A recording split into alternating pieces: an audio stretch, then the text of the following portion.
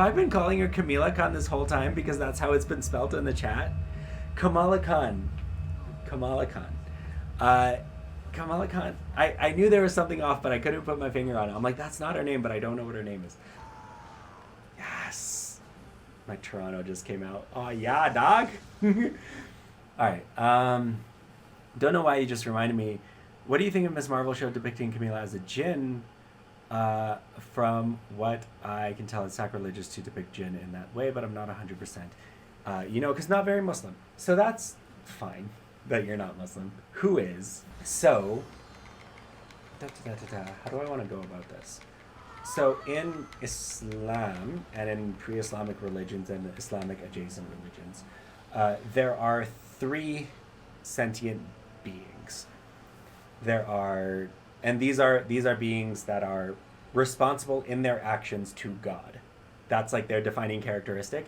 Animals, not responsible to God. Plants, not responsible to God. But these three species are responsible to God, and that's what makes them better than everyone else in Islamic mythology. That's the people. That's us. That's the angels, who are made of scorchless fire, fire that doesn't burn things. And there are the jinn, who are made of scorching fire, fire that does burn things. Destructive fire. Right? And I've made a video about this on TikTok because the Keeg show was talking about genies he was talking about genies in the context of Aladdin. First of all, can animals ask for wishes from a genie? And if you can ask questions, you can ask for wishes. In Disney's Aladdin, some animals talk and some animals don't. In Disney in general, some animals talk, but most of them don't. Even in 1001 Arabian Nights, some animals talk, but most of them don't. So the animals that can talk can ask for wishes. The same thing applies to mythological creatures. Mermaids and minotaurs mentioned in the videos. If they can ask questions, they can ask for wishes. There is one common misconception in your video that I want to correct. Genies do not necessitate lamps. You don't need to rub a lamp in order to have your three wishes. You only need to set a genie free. Genies are notorious for misconstruing your wishes to benefit themselves. So I think in Aladdin, Genie understood that Aladdin was asking for a way for Jafar to be contained, which is why he turned Jafar into a genie that already has a lamp instead of just a regular genie. In the mythology, genies are made out of a certain kind of fire. And likewise, you can capture a genie using anything that can hold fire, like an oil lamp or a red stone ring. But genies just also exist out in the world uncontained, so a clever enough person or mythological creature or animal can convince a genie to grant them wishes, even if they don't rub a lamp. So ghosts, which would just be untethered human souls, would have no problem encountering an untethered genie soul and asking them for wishes. And finally, who can turn into a genie? In the mythology, humans, genies, angels, and demons all have 4 different types of souls. But humans have a similar soul to animals. This is the basis of the debate between the animals and the human to the king of the genies, which I talked about in a previous video. But if we're going by Disney Aladdin rules, we're presupposing that humans can turn into genies. Therefore, human souls can turn into genie souls. Therefore, animal souls can also turn into genie souls. Therefore, untethered human souls, aka ghosts, can also turn into genies. And to be clear, none of that is backed up by the source material. That's just the Disney version. This helps, and I hope you get your wishes. So we have different souls. Again, this is an Islamic mythology, and it's not particularly what I believe, just as a disclaimer. I'm just explaining it because I have to do that sometimes. So, can I get these ones? Angel like raging fire, jinn like smoldering fire. Maybe I wouldn't call an angel a raging fire, but if that's the way you want to think about it, then sure. If that's what helps you. And so the whole fall of Satan and stuff was like, oh, we're angels, we're made out of fire, we're not going to bow down to somebody that's made out of dirt. And then he got kicked out of heaven. Same like in Christianity, the fall of Satan. So to have someone, so the belief in the genies in the jinn is that there are these unseen beings that affect your life in malicious ways because they can. And so depicting a human as a jinn would be really insulting to that person. So it's fine that, like, for a fictional character, but to call a real life person a jinn would be like super duper insulting. But having a jinn in a story disguised as a human person, that's fine. I think that's fine. I think I've talked about this before, but my actual beef with Miss Marvel is the second explanation that they gave for her powers. So, Camilla Khan thinking that she's a jinn and being freaked out that she's a jinn, totally realistic for Muslims, right? I've met people, grown-ups and children, who are like terrified that there is a jinn inside of them, terrified that there is a jinn in their food, in their water, on their prayer mat, etc. and so forth. It depends on the context in which you're raised, obviously, but for a lot of people, the fear of jinn is a legitimate fear. And as such, I've learned how to do exorcism, so if anyone's feeling a little bit jinny, let me know. But, so that first explanation of, oh no, I'm a jinn and that's bad, I think that's fine within, like, Islamic belief. That's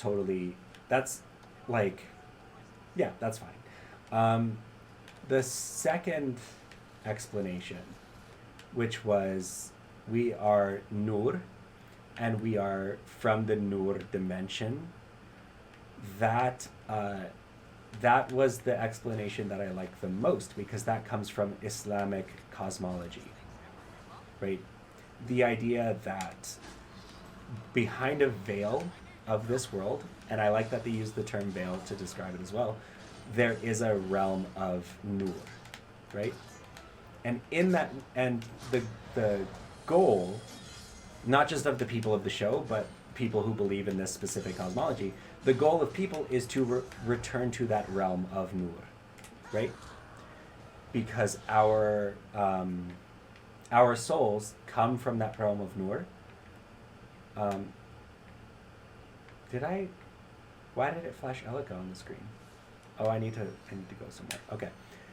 Because our souls come from that realm of Nur, and the desire of the soul is to return to that realm. I'm gonna I think I'll just finish these ones. These little sections. So that, I like that explanation. I like the idea of there is an actual realm of Nur, and it's not just like a metaphor that the soul is yearning to return to, and like sacrifices must be made to return to that. I love that. I feel like making her a mutant, I know what they're doing with the MCU and with the continuity and stuff, but making her a mutant is like, but you erased actual Islamic mythology to get to that conclusion. Like, why would you do that? You've already changed so much. Why not change one more thing? Reminds me of Gremlins. Insert cheap nostalgia bait music cue here in order to convey exposition without bothering to actually explain it to people who wouldn't understand it. That's that cue. It's inherent meaning. Does that happen? Has that happened to you, Alex? Has somebody cued nostalgia bait music so that they don't have to explain something?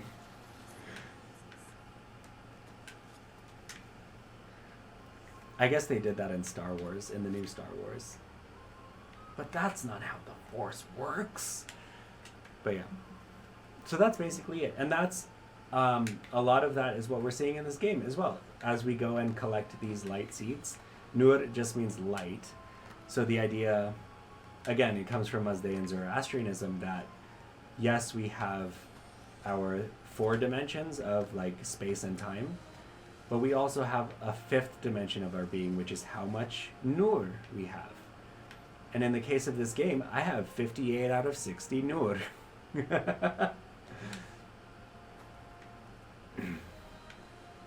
So I'm almost divinely perfect. I am now divinely perfect. According to Zoroastrianism in the world of this video game. Now I have 61 out of 60 mood. I was specifically thinking Miss Marvel with the X-Men TV show theme. Oh, did they play the theme when she said that? I did not even notice. Kamala, there's something different in your genes, like a mutation.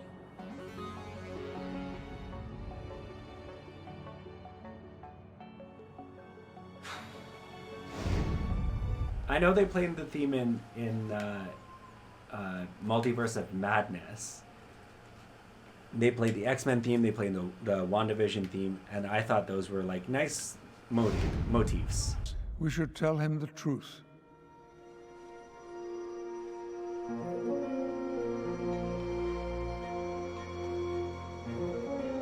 Our final member, Professor Charles Xavier. I think I might.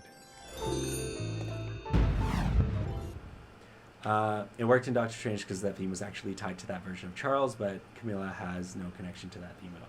Yes, that was just audience bait. I like what they're doing in the MCU shows, where they are very, very aware of their audience. They've done that, in my recollection, they've done that now 3 times, which I think is just so cool. They done that in Miss Marvel, and it was really subtle and kind of stupid. So let me explain where I'm coming from with that when it comes to the MCU TV shows. Example 1, they played that theme song in Miss Marvel because I guess people noticed it. I didn't notice it, but I guess people noticed it. And because they know the audience would connect that music to the idea of being a mutant, right? And they did the same thing in Multiverse of Madness, obviously. And then there were 2 more examples I was thinking of. Yes, WandaVision, when they recast Boner as Quicksilver, right? Plot twist of the century. Disney didn't have to do anything to convince us that was Quicksilver. Convince us as the audience, right? And all the fan theories were going around, and all the explanation videos and stuff were going around, and the fans were going crazy, because as long as the audience believes that's Quicksilver, then Wanda can believe that that's Quicksilver, right? Recast Pietro. That was a fantastic line. Long lost bro, get to squeeze his stinking sister to death or what? She recast Pietro? So, the fact that we, outside the TV show, recognize that as Pietro, recognize that as Quicksilver, means that the show doesn't have to do any work to convince us. And the show doesn't have to do any work to convince Wanda that that's her brother, because the audience already believes it. Right? That's such a good writing trick. Such a good writing trick.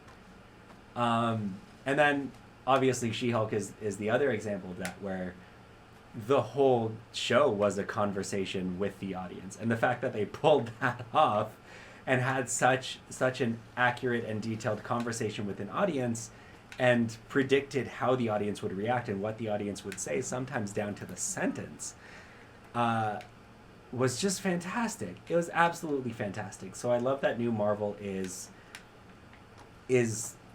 playing to the audience, right? When they do that, it's so cool. And not to get all English nerd on y'all, but that's when we look at the early days of theater, whether it's ancient Greece all the way up to Shakespeare, that's what happened as well when you see those. This is why I don't like reading plays, because you have to read plays in school. It's better to actually watch them. Because so much of these older plays are based on what does the audience think, what does the audience already know, and for Shakespeare especially, how does the audience react? Because the audience would actually interact with the people on stage and be like, don't go there, or like, throw a tomato, right? It's so cool. it's so cool that our television is doing that now and interacting with the audience and giving us this experience. It's like they actually care about us. I know they don't because it's Disney, but it feels like they do, and it's nice. Sorry, there's long comments and they got pushed off the screen. Also depicted Daredevil more accurately than the Daredevil show, and yet of course added the dude bros moan about it. Yes, the She-Hulk writers' ability to predict what the audience would say about certain moments in their show is just chef's kiss. It's just amazing. Also, if that person is athletic and jumping far to be on your back, why do they bother jumping on your back? She's not jumping because she's athletic. She's jumping because she's magical. Right? It's because she's magic. And you can't use up all the magic. That's why we're collecting the light seeds, so that she has more magic. So she's conserving her magic. Reading plays is just terrible. It just shows the reporting of the play and then talk about the play. Yes. I, like you all know, I have an English degree, and in that, literally needs more spell slots. She doesn't right now. She has 63 out of 60 filled, but you know what I mean.